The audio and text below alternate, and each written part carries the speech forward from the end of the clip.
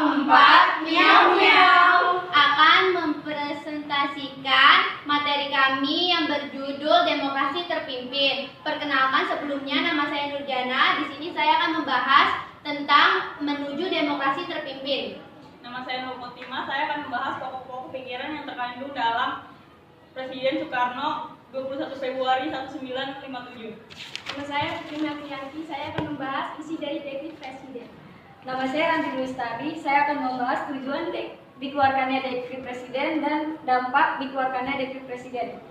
Nama saya Riri Yuliana. Saya akan membahas sistem demokrasi terpimpin. Nama saya Solika. Saya akan melanjutkan pembahasan dari sistem demokrasi terpimpin.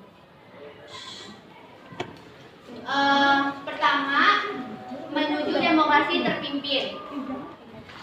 Di sini pada tahu nggak sih apa itu demokrasi terpimpin? Tahu.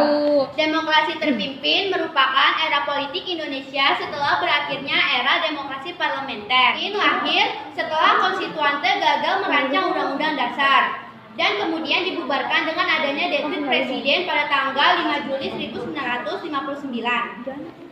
Sistem ini lahir sebagai bentuk pelurusan atau perbaikan dari demokrasi liberal. Kehidupan sosial politik Indonesia pada masa demokrasi liberal pada tahun 1950 hingga tahun 1959 belum pernah mencapai kestabilan secara nasional dan Dewan Konstituante tidak berhasil dalam menyelesaikan tugasnya, yaitu membuat undang-undang dasar. Hal ini membuat Presiden Soekarno berkeinginan untuk menyederhanakan partai-partai politik dan membentuk kabinet yang berintikan 4 partai politik yang menang dalam pemilihan umum pada tahun 1955.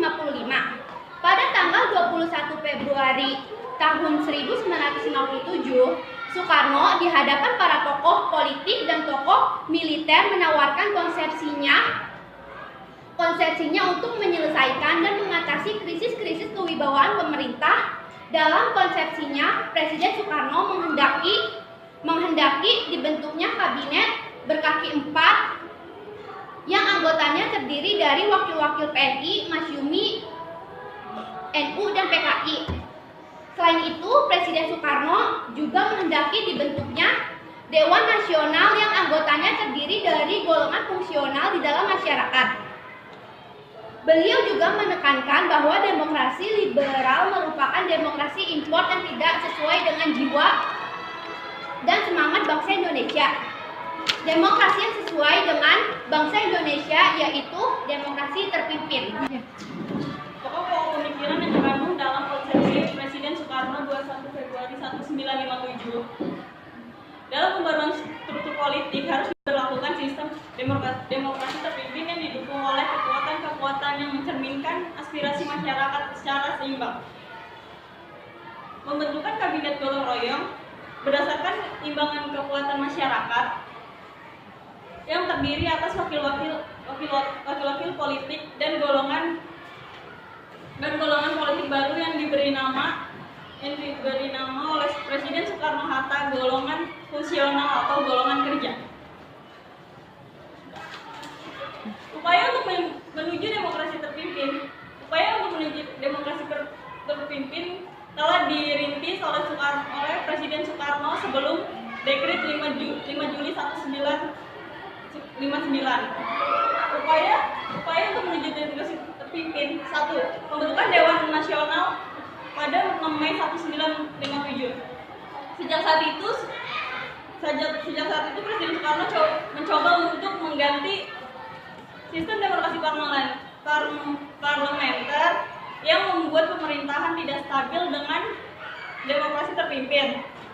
Melalui panitia perumus Dewan Nasional dibahas mengenai usulan kembali ke UUD 1945. Presiden Soekarno menyetujui usulan tersebut, mengeluarkan keputusan pada tanggal 19 Februari 1959 tentang pelaksanaan demokrasi terpimpin dalam rangka mengembalikan UUD 1945. Keputusan ini disampaikan di hadapan anggota DPR pada tanggal 2 Maret 1959 dan Dewan Konstituante pada tanggal 22 22 Maret 1959. Presiden Soekarno kemudian meminta anggota Dewan Konstituante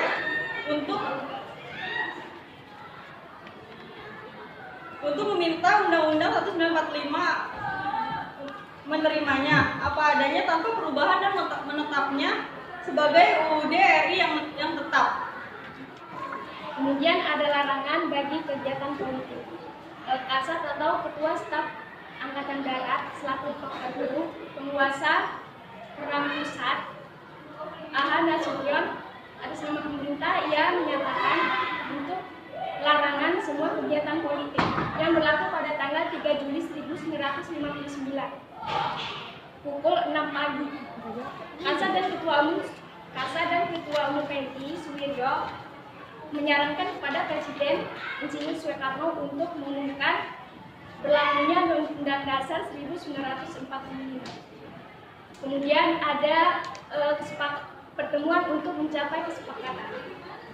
Pada tanggal 3 Juli 1959, Insinyur Soekarno memanggil Ketua DPR, Perdana Menteri, pimpinan TNI, Insinyur Juanda, dan lain-lainnya untuk mendiskusikan dalam mengambil keputusan untuk menjalani dekret presiden tersebut. Pada hari Minggu 5 Juli 1959, Presiden Insinyur Soekarno menyampaikan atau mengumumkan isi dari dekret presiden yang mencakup 3 hal. Yang pertama adalah menetapkan pembubaran konstituen, yang kedua menetapkan berlakunya Undang-Undang Dasar 1945 dengan segenap bangsa dan seluruh tumpah bangsa Indonesia. Yang ketiga menetapkan MPRS yang terdiri dari anggota DPR dan utusan beserta golongan serta pembentukan DPAS Dewan Pertimbangan Agung sementara. Kemudian ada tujuan diberlakukannya dekret presiden adalah untuk menyelesaikan masalah-masalah negara yang selama ini sudah kacau balau. Reaksi dengan adanya dekret presiden. 1. Rakyat menyambut baik sebab mereka telah mendambakan adanya stabilitas politik yang telah goyah pada masa liberal. 2. Mahkamah Agung membenarkan dan mendukung pelaksanaan dekret presiden. 3.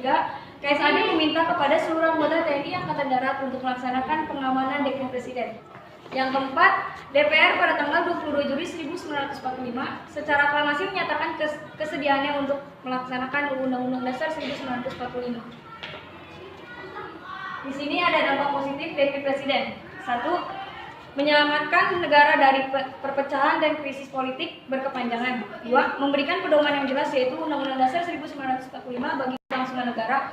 3. Merintis pembentukan lembaga tertinggi negara yaitu MPRS dan lembaga tinggi negara berupa DPAS yang selama masa demokrasi parlemen tertunda pembentukannya. Di sini juga ada dampak negatif dari dekret presiden. 1. Ternyata Undang-Undang Dasar 1945 tidak dilaksanakan secara murni dan konsekuen. Undang-undang yang harusnya menjadi dasar hukum konstitusional penyelenggaraan pemerintah pelaksanaannya hanya menjadi slogan-slogan kosong belaka. 2. Memberi kekuasaan yang besar pada presiden, MPR, dan lembaga tinggi negara. Hal itu terlihat pada masa demokrasi terpimpin dan berlanjut sampai Orde Baru. Yang ketiga, memberi peluang bagi militer untuk terjun dalam bidang politik. Sejak dekret, militer terutama Angkatan Darat menjadi kekuatan politik yang disegani. Hal itu semakin terlihat pada masa Orde Baru dan tetap terasa sampai sekarang. Sistem politik demokrasi terpimpin. Dengan Soekarno sebagai pemimpinnya, ia langsung mengambil kebijakan sebagai berikut. 1. Kabinet Kerja. Pada 10 Juli 1959, Soekarno mengumumkan Kabinet Kerja. Dia sebagai Perdana Menteri dan Juanda sebagai Menteri pertama dan 2 orang wakil yaitu Dr. Leonardo dan Dr. Subandrio. Kedua, DPAS, Dewan Pertimbangan Agung Sementara. Pembentukan DPAS tertanggal 22 Juli 1959 dengan Presiden Soekarno ketuanya dan wakil ketuanya adalah Ruslan Abdul Ghani. 3. Ideologi demokrasi terpimpin. Pada tanggal 17 Agustus 1959, Presiden Soekarno menguraikan ideologi demokrasi terpimpin yang mencakup revolusi, gotong royong, anti-imperialisme kapitalisme, dan anti-demokrasi liberal, dan perubahan secara total. Dan pidato ini diusulkan DPAS pada sidangnya pada bulan November 1959 mengenai Manifesto Politik Republik Indonesia atau yang disebut Manipol. 4. Majelis Permusyawaratan Rakyat Sementara atau MPRS.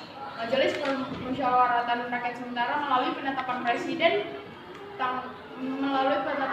nomor 2 tahun 1959 tanggal 31 Desember 1959 dibentuk Majelis Permusyawaratan Rakyat Sementara yang diketuai oleh Airul Saleh dan beberapa wakil anggota.